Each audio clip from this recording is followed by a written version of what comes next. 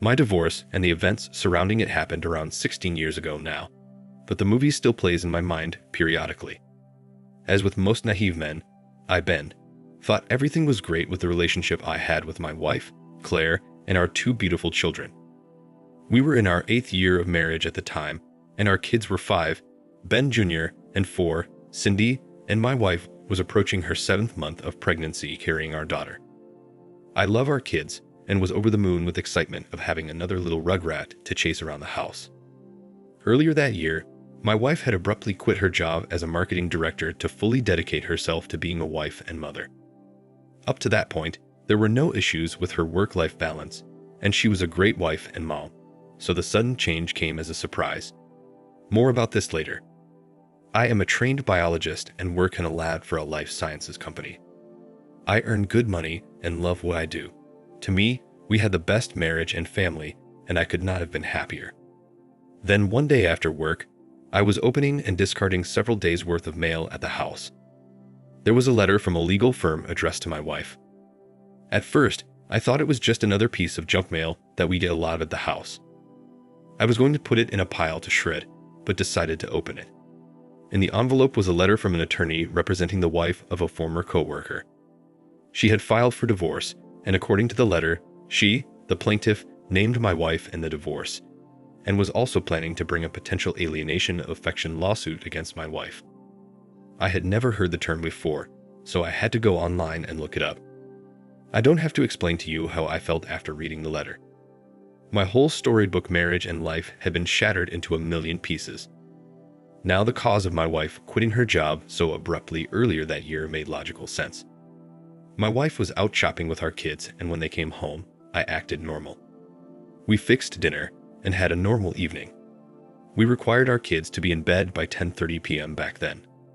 My wife and I then would normally stay up until 11:30 or so on weekdays. After my kids went to sleep that night, my wife and I were sitting next to each other on the sofa, and I took her hand and said to come here with me. We walked into our office, which is just off the family room, and I closed the door, opened the drawer, and took out the letter and handed it to her. She proceeded to read the letter and immediately started crying, dropped the letter, and hugged me around the waist, burying her head deep into my chest. She was holding on for dear life and sobbing, saying how sorry she was. She was getting very loud, and I didn't want our kids to be disturbed, so I calmly told her to keep it down for that reason. I asked her to explain, but she wouldn't let go or stop crying, and I couldn't gently pry her away, so I just let her cry and hold on to me for what seemed like an hour, but was actually closer to about 15 minutes. I then asked her if she could release me as I couldn't breathe, and she eventually let go and backed away. She then just started talking, saying, "Ben, you've got to forgive me. It was a one-time mistake that I will never make again. I'm so sorry for what I've done to you and our kids, and will spend the rest of my life making it up to you." I then asked her to explain what happened. She said on her final business trip for the company, she and the coworker were stranded in Boston overnight due to a snowstorm, which was true. Many businesses there were shut down due to the storm, and the hotel where they were staying was nearly empty. They walked over to a bar that remained open and got dinner and had several drinks and talking about the successful presentation they had just given and about their families. When they got back to the hotel, she invited him over to her room as she wanted to give him a physical copy of the presentation to read through as he didn't have one. She said she entered the room and he stood at the doorway holding open the door. She walked over and gave him the presentation. Then she said, out of the blue, he grabbed her and kissed her. She said she was stunned, but instead of resisting, she kissed him back and they retreated into the room, and you know what comes next. She said after the act, she immediately recognized the terrible thing she had done, and so did he. They swore to each other that it would never happen again, and they would keep it a secret as they both proclaimed their love for their spouses. She said she then took a long bath and used multiple cans of soda water in the minibar as a douche, confirming to me they did not use protection. She said she was so destroyed mentally that she immediately decided to resign from the company and dedicate herself to being the best wife and mother she could be. She said she knows having intimacy with another man and not disclosing this to me are both unforgivable acts, but begged me to just give her a chance, saying before and after this one-time indiscretion, "Our marriage has been fantastic. I then quickly realized the child she was carrying may not be mine. I told her I was not going to do anything rash immediately, but explained this is not something I can forgive or ever forget. I then told her I want a paternity test done on the unborn child. This sent her over the edge, and she fell to her knees sobbing, saying she was sure the baby she was carrying was definitely mine, as she only had one encounter with her coworker, had Dutched multiple times, and had been with me nearly every night as we were trying for a third child. The final statement is true. I told her the test must occur as I would not take responsibility for the child until I was 100% sure it was mine. She eventually agreed and said she would do anything I asked her to do to stay married. I then told her we would keep this matter from our young children, but would need to tell our parents tomorrow so they know what's going on. She begged me not to make her do this, but I insisted, and she again said she would do whatever it takes to keep me. The next day, we met with our parents, shuttling our kids between their houses to keep them away from the discussion. All four of them were visibly upset and sad. Throughout the discussion, my wife couldn't speak as she was crying, saying how sorry and remorseful she is for her actions, and she was going to do everything to save our marriage and our family. I said two things during the discussion with our parents that sent my wife over the edge with emotion. First, I said what she had done amounts to relationship treason to me and my kids, and for that reason, I don't know if I can stay married to her. Second, I explained if it turns out the unborn child is not mine, she would be immediately moving in with her parents, and we would immediately divorce. I went on to explain I plan to meet with an attorney regardless of what we eventually decide. On Monday, I made my wife call her OB/GYN with me at her side and asked her to order a prenatal paternity test. The doctor said this wasn't something that she had ever ordered for a patient as the cost is normally not covered by insurance. She explained it can be costly and that they could just do a simple test after birth that would be less expensive and likely covered by insurance. My wife explained to her that both she and I wanted the test, and the doctor placed the order without inquiring further. The earliest we could get in was on Friday. That week, my wife was a mental mess, and to be honest, so was I. We were still sleeping in the same bed, no intimacy though, but I did hold her to sleep every night, and she was attached to me from the time I came home until we went to bed. She was so over the top. My kids kept asking us why mommy was hugging me all the time. On Wednesday, my wife had a call with the law firm representing her co-worker's wife in their divorce. The attorney requested that she come in voluntarily to have a discussion with them about the affair and that this would be considered favorably by the plaintiff. My wife explained it was just the one time and didn't want to meet with them. When she ended the call, she asked me what she should do, and I told her this was not my problem and to consult an attorney. She asked if she could use the attorney I met with and selected yesterday, and I told her she couldn't because the firm was representing me. She then asked if I would accompany her to meetings with potential attorneys and to a meeting with the plaintiff's attorneys, and I told her I definitely would not. She cried and retreated to the bedroom. The following Thursday, we got the results of the prenatal paternity test back. A notice was sent electronically to my inbox with a link to their site where I had already set up an account in preparation. My wife and I nervously sat down in front of the computer as I opened it. We were both nervous wrecks, and she was crying and tears also spilled down my cheeks.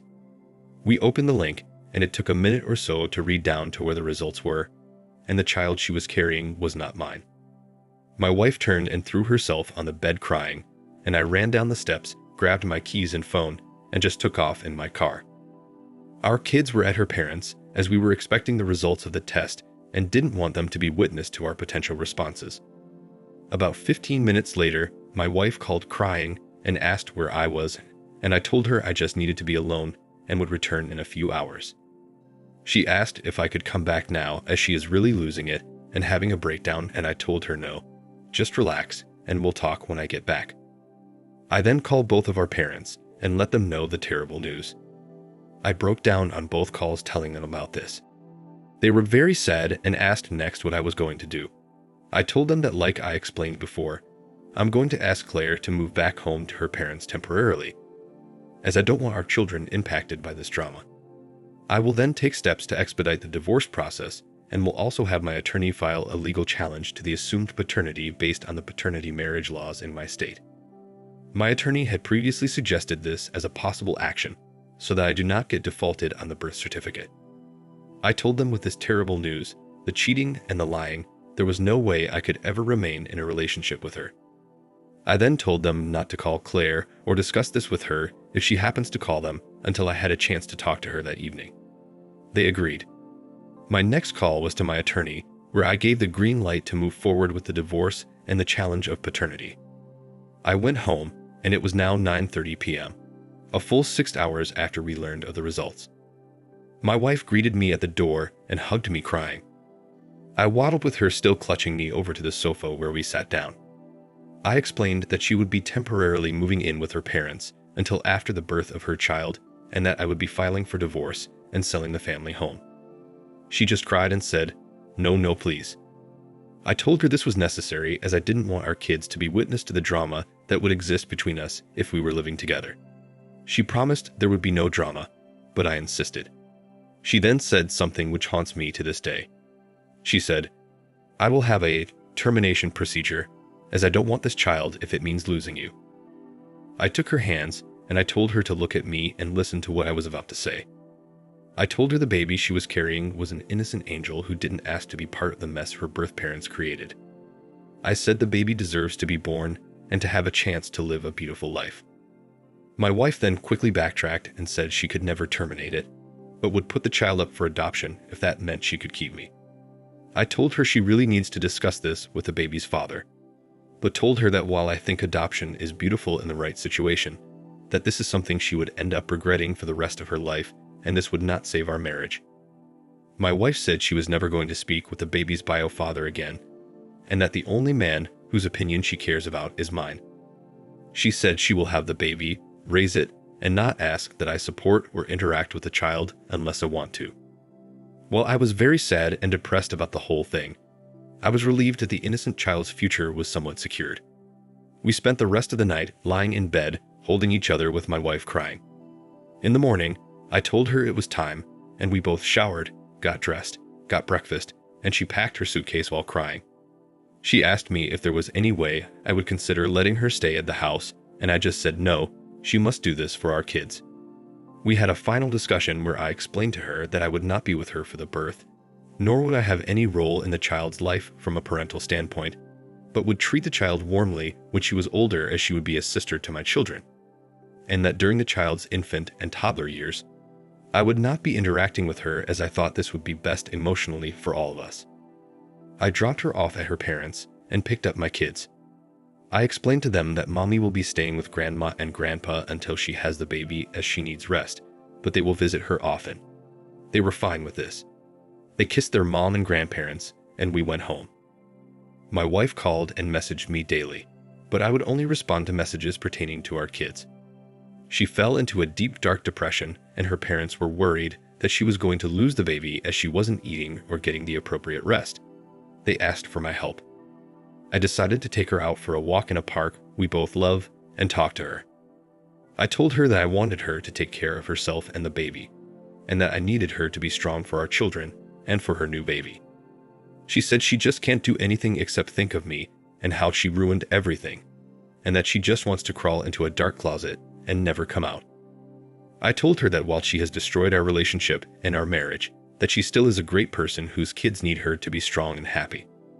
I told her she should focus all of her energy on her health and the health of her new baby and be the best mother she can be. We hugged it out for more than an hour, and she promised she would do this for me. The following day, she had a meeting with the attorneys who were representing her lover's wife. She met with them and had her mother and an attorney with her. She texted me and said that while the meeting was very difficult, she was glad it happened. She went on to say the plaintiff agreed to drop the alienation suit in exchange for a sworn affidavit of her admitting to the details of the affair and her pregnancy, which they didn't know about until the meeting. Needless to say, they were pleased learning this. My wife gave birth to a healthy baby girl and named her Sophie, not her real name, but similar sounding name. Flash forward 5 months and our divorce was finalized. My wife didn't want anything, no alimony, no assets, nothing. She thought giving up everything would further demonstrate to me how much she loved me and that she may get me back. I insisted that we split our assets 50-50 and that she get alimony per the norm, but requested she give me primary custody, 60% plus, of our kids. She agreed, with the stipulation that I would not move more than 35 miles from our current city. I was fine with this as I have no plans to live anywhere else. The adjustment for our kids was quite easy. However, they didn't understand why I wasn't Sophie's father and why I never see or hold her. They both said I would just love her as she is so little and cute. I have to be honest, hearing this broke my heart. I had to explain to them that Sophie has another daddy who lives far away. By the way, my wife's lover's divorce was finalized a month after ours. He has since moved to Dallas for a job, and his wife and 9-year-old daughter moved back to Seattle where she is from. She took him to the cleaners financially. Also, he never once reached out to my ex-wife to inquire about his child, though he is fully aware she exists. Fast forward about 3.5 years, and the sting of my divorce and betrayal was mostly behind me. My kids were doing great and have adjusted well. My ex-wife, on the other hand, has struggled terribly. Initially, she was not bonding with Sophie, and her parents had to step in and help raise the child during the first year of her life. During this time, she also started withdrawing from our kids and fell back into the dark depths of her mind as a result of the destruction of our marriage. Going to therapy 3 times a week for 2 years and taking several medications helped her rebound. And after 2 years, she was back to near normal and was back to being a great mom to her 3 kids. Throughout this time, she and I only communicated through email about our kids, but she would send me emails 2 to 3 times per week, saying how much she loved me, how sorry she was, and that she would do anything to have me back. She has offered me a friend with benefits relationship many times, offering me anything I wanted to get back into an intimate relationship with her. I'd never responded to any of the messages and never discussed the contents. In one of the few brief face-to-face conversations we had during this period, I did, however, let her know that I did receive all of her messages and have read every one of them. Her mom told me that in her mind, she still feels that she is married to me, and these messages are a way for her to keep that connection, which has helped her get through with her depression. One day in early summer, I planned to pick up my kids on Wednesday and take them to the zoo for a special event they were having. This was on a day when they were with their mom, but we were both flexible with custody time. I went to the house to pick them up, and they ran outside and got into the car and buckled up. I was pulling out of the driveway when my daughter yelled, "Dad, there's Sophie." I looked up and saw this cute little girl with blonde curly hair standing at the edge of the driveway waving to us with one hand and drying her tears with another. My son then said, "She's crying, Dad, because she wants to go with us." I stopped the car and told my kids to wait here and that I will go talk to Sophie. I knelt down and asked her name, and she said it was Sophie. I told her my name was Ben and asked why she was crying.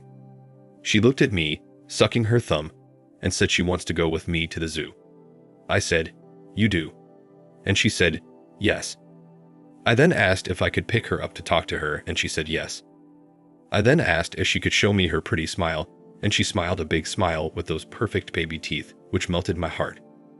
I said, "Let's go ask Mommy if you can go with us." Now keep in mind, up to this point, I had never seen Sophie, other than a couple of pictures of her being held by my kids just after she was born. And as previously mentioned, I only had a few brief face-to-face conversations with my wife since our divorce. I knocked hard on the door and heard footsteps scurrying.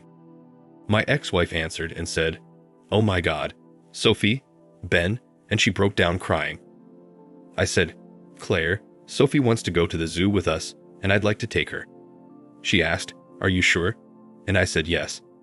I then asked Sophie if she would promise to be a good girl, and she nodded yes. Claire wanted to change her clothes, but I told her she looks great, and to just get her some good walking shoes and a jacket. We then walked out to the car, and Claire installed her car seat in the back and sat Sophie in it, all the while crying happy tears. Claire then waved us off crying as we backed out of the driveway.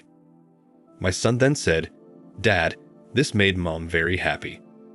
My kids were so excited to have Sophie with us.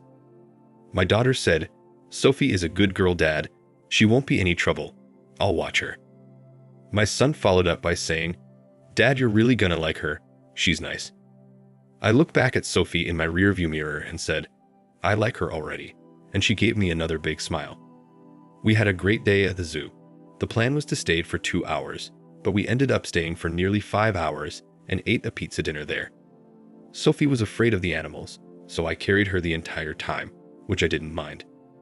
At the end of the day, she was so exhausted she fell asleep in my arms for the final half hour of our visit, then slept all the way home in her car seat.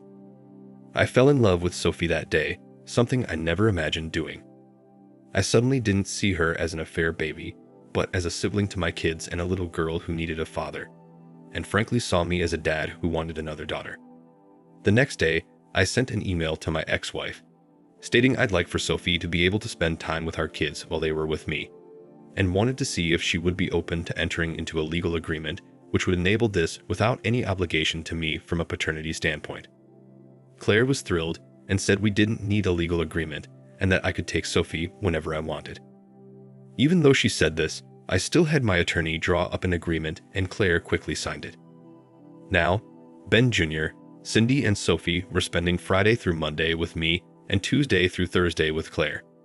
Sophie grew very attached to me, and I quickly grew very attached to her. She would always make a point to sit by me when we would watch TV or eat at the table. Ben Jr. started calling her my shadow, as she was always following me and would often choose to stay back with me while her sister and brother went out to play. Then about a year later, on a Tuesday afternoon, something occurred that was so emotional for me, I knew I had to adopt her. She was now in preschool and had painted a picture for me to hang on my wall. She was so excited about giving it to me that she had her grandpa call me from his phone to talk to me. She told me about the picture, and I told her I can't wait to see it on Friday when I pick her up. About a half hour later, I heard a light knock on my front screen door while I was working in my home office. I got up and walked out to the door, and there was Sophie at my door, holding up the picture.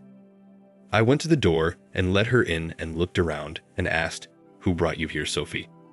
She said, "I runned over here to give you this picture. I know how to cross the street now. Grandma and Grandpa showed me."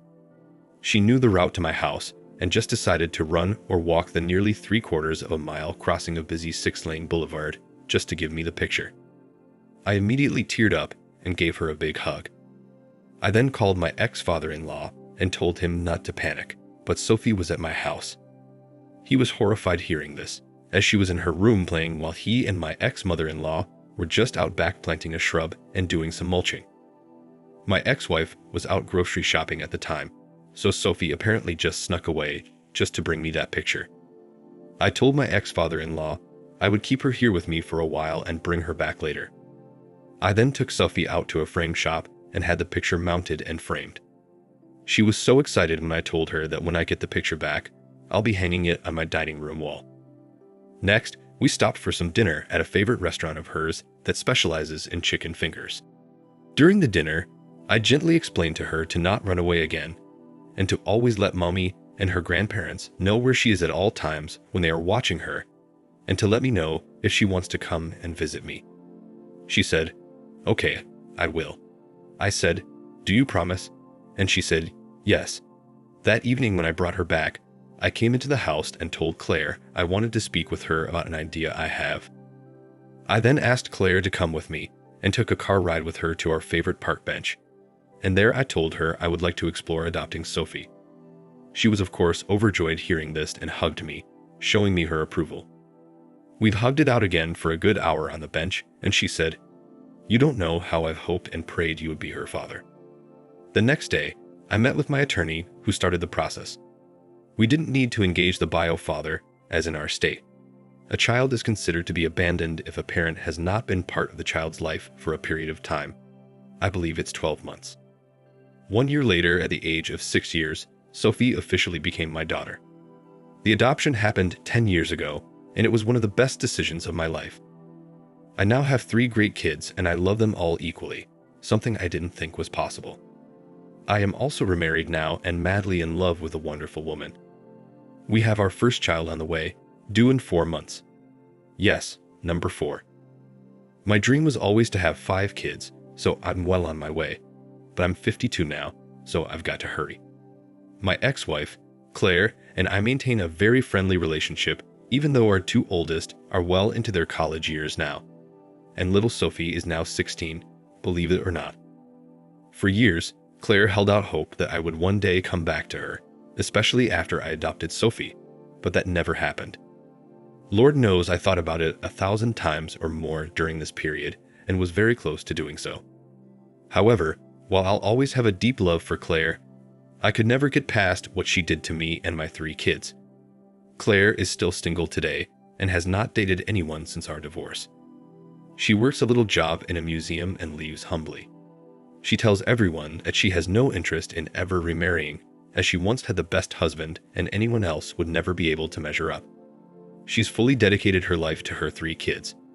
While it's nice hearing this compliment, I do wish she would find someone to make her happy, as she's a good woman in spite of the terrible things she did nearly 17 years ago. Believe it or not, I too hadn't dated anyone until I met my new wife 6 years ago. To be honest, I too thought I'd be able to reconcile with Claire at some point. After things started getting serious with my then girlfriend, I met with Claire to let her know. It was a very emotional conversation for both of us, but she understood and gave me her blessing. To this day, I often find myself thinking about Claire and how one terrible decision she made upended her life, the lives of me and my kids, and the lives of her lover's wife and child. The whole thing still gets to me, but then I think, hey, you can't change the past, and things have worked out pretty well for all of us, all things considered. Life goes on. That's my story. Thank you for watching. Like, comment, and subscribe if you enjoyed the video. Until next time, I'll see you again. Take care.